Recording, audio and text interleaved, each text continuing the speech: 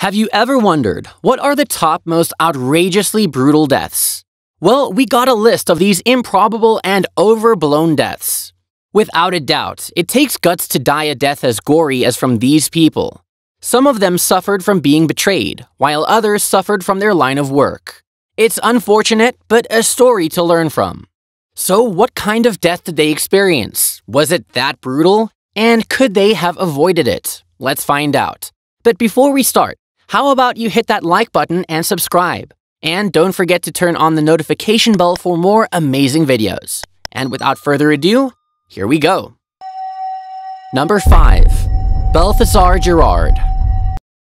Gerard was found guilty and given a harsh death sentence even by the norms of the day.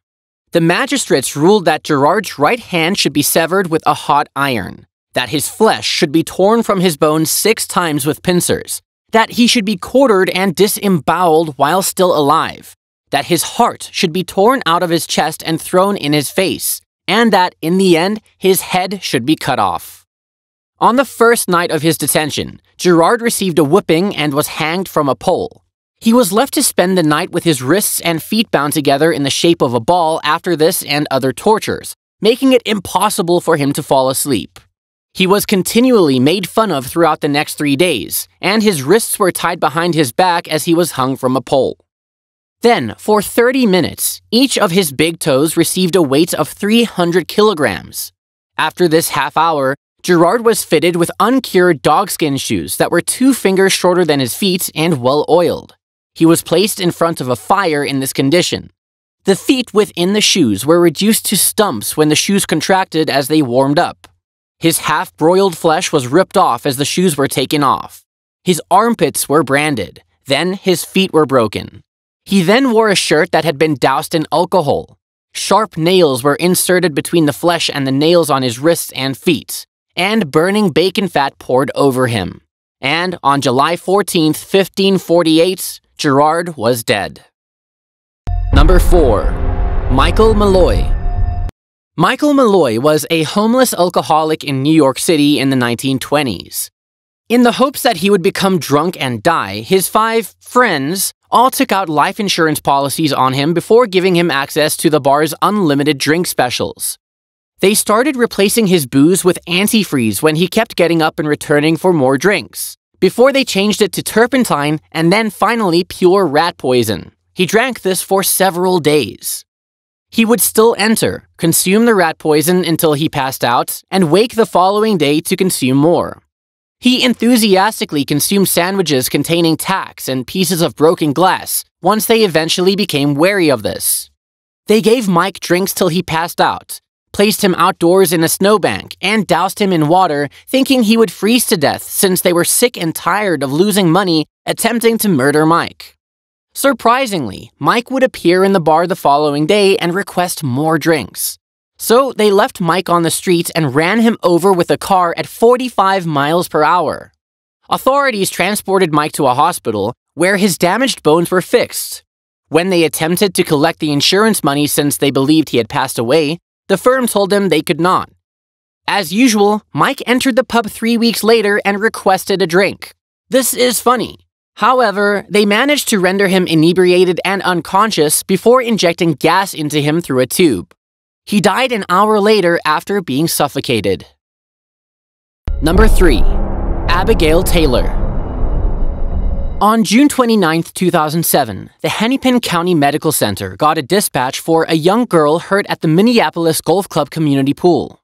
Abigail Taylor was just 6 years old. The emergency personnel had no idea what terrible injury awaited them when they arrived. Scott Taylor, Abby's father, claims that his daughter has just exited the kiddie pool with an unidentified injury. Walking over to her parents, she started to wobble and fell face first onto the deck of the neighborhood pool.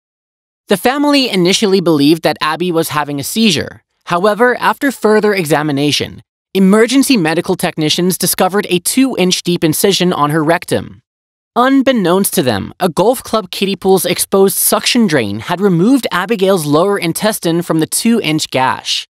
Abby's father discovered several feet of Abigail's small intestine while searching the kiddie pool filter. Paramedics treated Abigail at the Hennepin County Medical Center before being taken to a Minneapolis Children's Hospital. This is where she underwent several invasive surgeries. However, she continued to be in critical condition. Medical professionals removed Abby's small intestine, and she was forced to feed through tubes. There was no medical reason why she survived such a terrifying accident. Unfortunately, Abby's rehabilitation was bumpy, with little evidence of improvement. Eventually, she would require several transplants, but for the time being, she was allowed to return home to finish her recovery. Abby received a new small bowel, liver, and pancreas in the same month, but she afterward experienced several setbacks that tragically destabilized her situation. Her recently transplanted organs caused her to acquire a malignant illness. The disorder is known as post-transplant little proliferative disease. It directly damages the body's healthy blood cells. Abby had to begin chemotherapy in early March of 2008 since her new organs were seriously failing. Sadly, at the same time that her body started rejecting her replacement liver, Abby had already undergone more than 16 surgeries and numerous illnesses since the day of her accident.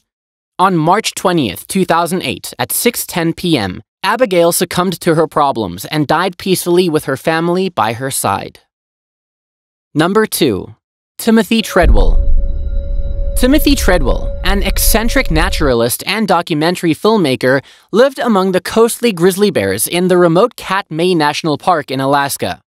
He endured these conditions for 13 seasons to raise awareness of and protect grizzly bears and other species.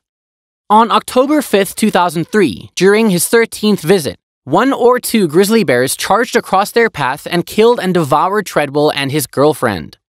Local rangers found the couple's dismembered remains. Following an investigation, Treadwell's mutilated head, partial spine, right forearm, and hand were found a little distance from the campsites. The partial remains of his fiancée were discovered buried in a pile of twigs and mud adjacent to the destroyed and collapsed tents. At the scene, a video camera recording during the incident was found, but authorities said that the 6-minute recording was merely voices and cries of the brown bear mauling Treadwell to death. Number 1. Hisashi Uchi.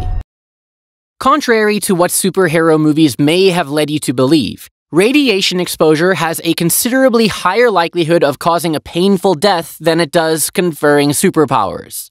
Unfortunately, Hisashi Uchi was exposed to radiation. More than 20 years after the traumatic offense was committed, his fatal injuries and the ensuing care are lessons to be learned.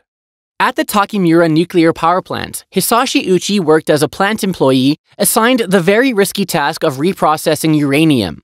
September 30th, 1999, in a workplace mishap, Uchi was exposed to 17 sieverts of radiation, more than twice the amount that is often thought to be deadly. Hisashi Uchi received the highest dose of radiation recorded in human history, and this exposure continues to this day. Uchi was dizzy, lightheaded, and sick after the incident. He was witnessed throwing up a lot in the decontamination area before being unconscious. After being flown to the National Institute of Radiological Sciences by helicopter and placed in a room for care and observation. Several days later, he displayed amazingly calm behavior. He even made lighthearted jokes with the nurses about recovering and going home. It soon became apparent that his problems were chronic, and his situation deteriorated irreparably. 2 months after the accident, Uchi's body was still hemorrhaging, and his heart was working overtime to keep up, beating at an average rate of 120 beats per minute while he is entirely immobile. On the 65th day, it marked the destruction of his immune system, the body's total lack of immunity, the onset of autoimmunity assaults, and an increase in white blood cell failure. On day 83, all of his intestines' membranes had died, along with all of his muscles and organs. No more surgery could be performed. As a result, Uchi's heart stopped on November 27, 1999, and he died. Without a doubt, no one would wish for such kinds of deaths. Which of them do you think is the most horrifying? Which among them did you pity the most, and why? Comment below. Let's know what you think.